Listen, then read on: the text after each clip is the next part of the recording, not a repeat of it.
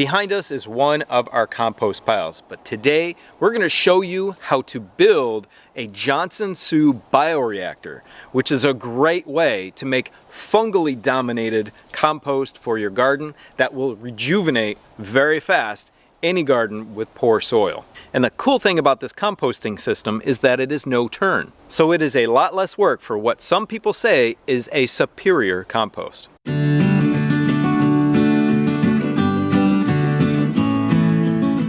Before I start building, I'm going to quickly show you our two existing compost piles. Now you could say these might be a little similar to what I'm going to show you how to do with the Johnson-Su reactor, but I'm going to show you some very subtle differences that will make a big difference in the compost later. Now like I said, this is our pure leaf mold compost right here. I don't turn this at all. So these leaves have been in here for probably 9 months, give or take. And over here is our regular compost pile. What we do here is the layering process that everybody does. I've got nitrogens and I've got carbon. So I layer kitchen scraps and then I layer extra leaves. I usually pull them out of the other one. Let's grab a handful out of the center of both, and hopefully I don't get overwhelmed with ants, but I'll show you what our compost looks like.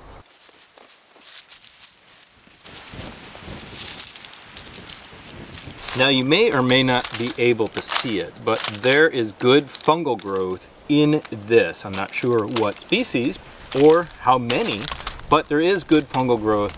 You can see it with these little white fibers right here.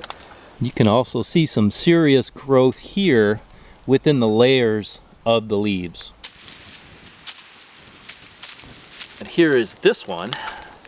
Now this is great compost. Look at that compaction, but I'm looking for an even better way of doing it. Now to complete this project, you are just going to need a few different items that should be really easy to source locally. You're going to need a pallet, and for me, we actually put blocks under the pallet, and I will tell you why we did that in a minute. You'll need some concrete reinforcing mesh, some wire, some landscape fabric, or even better, weed barrier. And in our case, with our modification, we are going to use some hardware cloth for the inside. Now, like I said earlier, this is a no-turn compost system. So once you have the thing built and you have it filled up, you don't have to touch it. This is a modified version of the Johnson-Su bioreactor. I've watched a ton of videos on modifications, and what I'm doing to ours is I think the best version for us in our area. You may need to do a few modifications to yours also, but the principle is the same. So the original Johnson-Su bioreactor has, I believe, 6 drain tiles that go through the center of it.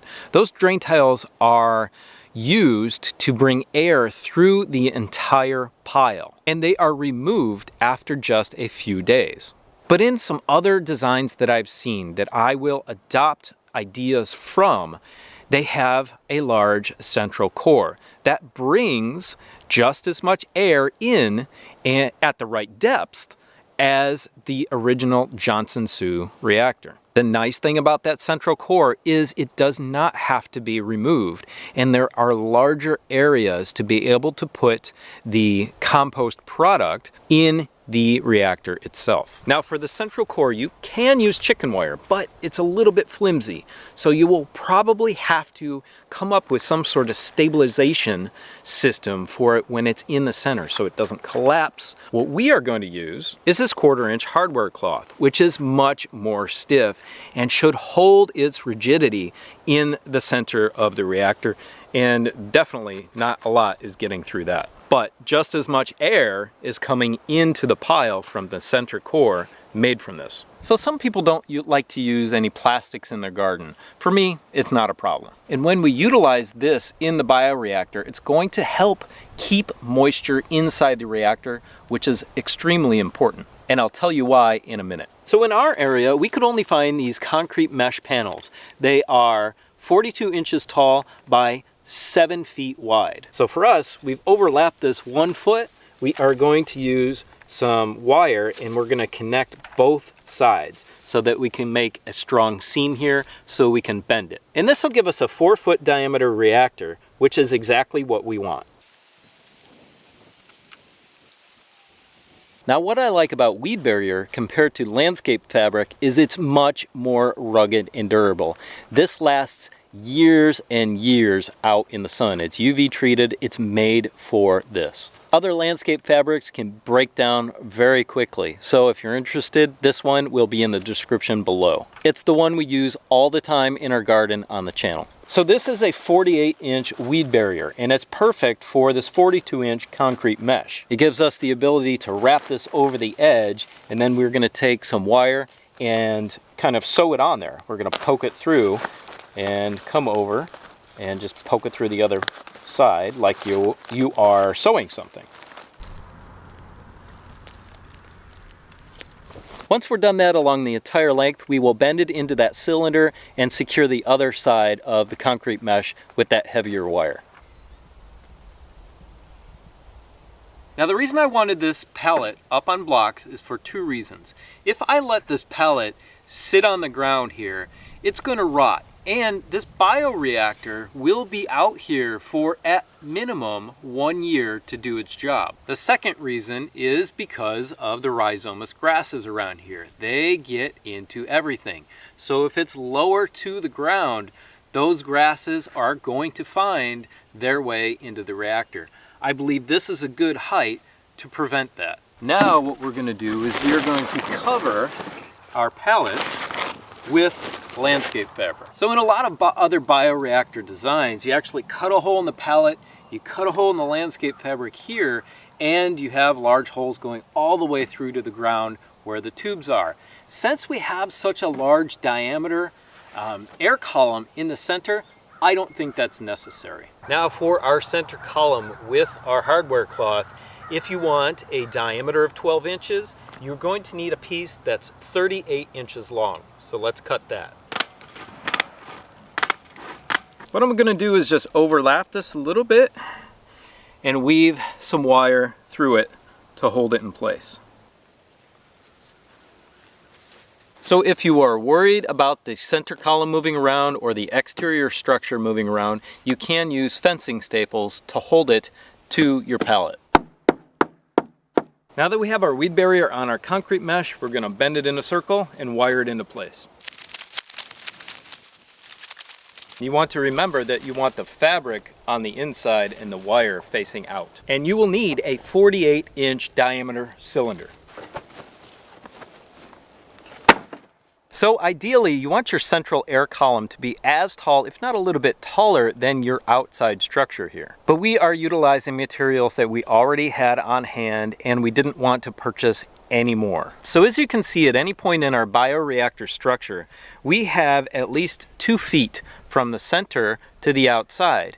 And you do not want more than that, because in the research that Dr. David Johnson and his wife, Hui-Sun Su, did, they found that air will not penetrate through the medium more than about a foot. So this is perfect, a foot from the outside and a foot from the inside. So now it comes time to fill the bioreactor, and you can do that with multiple different things. In Dr. Johnson's original reactor, they had mostly leaves mixed with some wood chips. Now make sure if you use leaves, they are broken down into small pieces as well. And the reason for that is this gets a lot of moisture.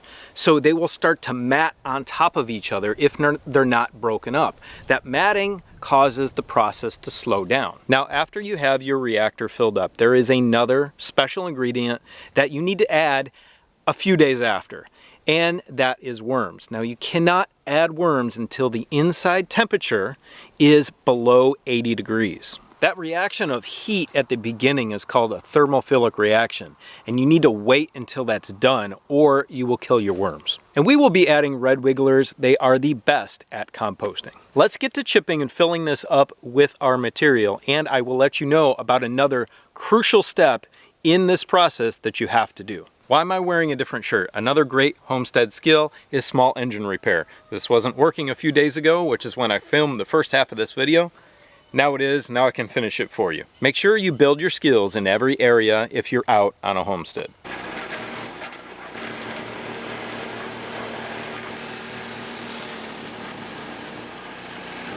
Now for this Johnson Su bioreactor, you do want the smallest pieces you can possibly get. So as you can see, this is our Power Horse Northern Tool chipper shredder, and it gives us some really small chips, which is very nice. And when it shreds, the leaves are very small, which is going to create that surface area that you want and the extra air that's inside of the compost pile. As I mentioned before, we are going to use leaves, wood chips, a little bit of goat manure, and a little bit of our vegetable table scraps. Let's start filling it, and I'm going to show you something that you have to do as you are filling this up. It's very important. You can't skip the step.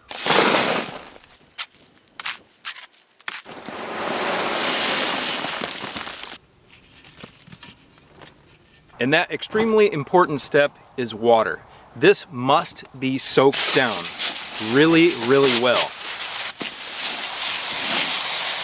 Now do not be afraid at the beginning to over wet your medium. It's going to drain out, but the key to this process is maintaining about 70% moisture in the bioreactor. And we are going to maintain that moisture by putting in a drip irrigation system on the top after everything is completely filled up. And part of the reason we put the reactor in this position was not only for the sunlight, but proximity to our irrigation in our garden. That'll give us the ability to put this on a timer, and you need to water this definitely at least once a week. You need to monitor that moisture content within it, but once a week for about 15 minutes or so should keep it at about that moisture range. Now another reason I like this shape of design instead of all the tubes is that you can just take one irrigation line like this, loop it around, put a T in it, connect it to your timer, put your emitters all the way around, and it is going to cover evenly everything in the entire reactor. If you have all those tubes sticking out, it is a little bit more difficult, unless you're doing it by hand, to put some sort of irrigation on it, automatic irrigation. You kind of got to wind through everything and make sure you hit all the little spots. This is going to make it a ton easier. Now last but certainly not least is adding another piece of weed barrier fabric on the top of your bioreactor. And what that's going to do is help keep moisture in, which, as you know, is really important. Now another reason you don't want this too tall, in my opinion, is that when filling it up, you're going to have to pick your shovel up quite far to fill up something that's any taller than this 42-inch unit. Now remember, this is on a pallet and blocks. I'm 5'10", but I still have to pick the shovel up quite high to get it in there. And if it's any taller than this, it's going to make it more difficult than it actually needs to be. So once you have it filled up, the process is going to take a decent amount of time. For some people, this can take up to a year to break down properly. Now, if you want to speed up the process, you can add the nitrogens to it like you saw us do. But that is going to change the biology of the final end product that you get out of it. If you don't put any of those nitrogens in there, you are going to have an almost completely fungally dominated compost. The more nitrogens you add, the more bacteria you introduce into the system. But by far the best compost to add to depleted soils is a fungally dominated compost. That is being shown by Dr. Johnson to actually heal soils faster. I'm going to link a video in the description below of one of his hands-on lectures at Colorado State University where he talks to a lot of farmers about composting manure. So once I fill this up and it's been about 3 days and I can get that internal temperature below 80 degrees, I will add the red wigglers that I talked about earlier. And they are going to help speed the process, and they are very, very important to this entire thing also. So don't leave them out. And I'll put a link in the description below to the ones that we are using. Now go click on these videos right here, which is our entire playlist focused on our garden and our orchard. Have a great day. We'll see you next time. Bye.